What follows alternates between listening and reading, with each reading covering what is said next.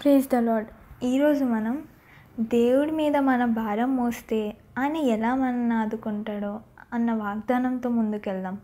కీర్తనలు 55వ అధ్యాయం 22వ వచనం చదివినట్లయితే, నీ భారము యెహోవా మీద మోపుము, ఆయన నిన్ను ఆదుకొనును, నీతిమంతులను ఆయన ఎన్నడూనూ కదలనీయడు అని రాయబడి ఉంటుంది.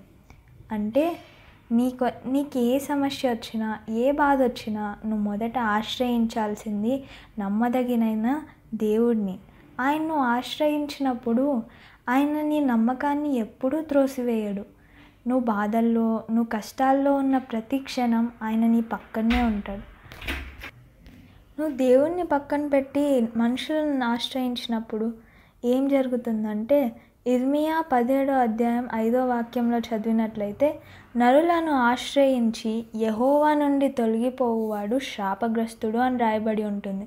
అంటే మనుషులను ఆశ్రయిస్తే మన జీవితాలు శాపగ్రస్తంగా మారిపోతాయి.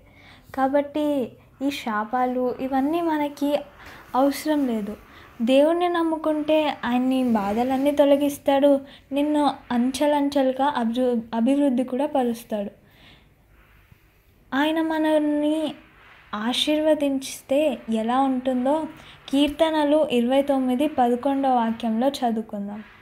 ఆయన బలమును అనుగ్రహిస్తాడు, సమాధానం కలుగజేస్తాడు, అంచెలంచెలుగా నిన్ను ఆశీర్వదిస్తాడు.